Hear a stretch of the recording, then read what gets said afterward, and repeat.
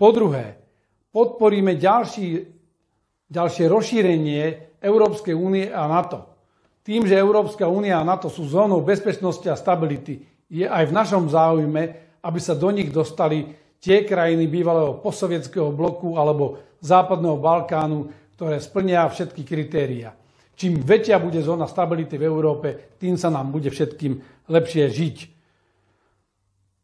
Podporujeme aj prípadný návrat Spojeného kráľovstva, Veľkej Británie a Severného Írska do Európskej únie, pokiaľ by sa rozhodli zmeniť svoje rozhodnutie po Brexite.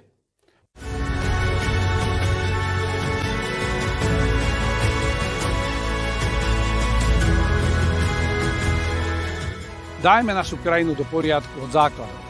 Odborne, slušne a zodpovedne.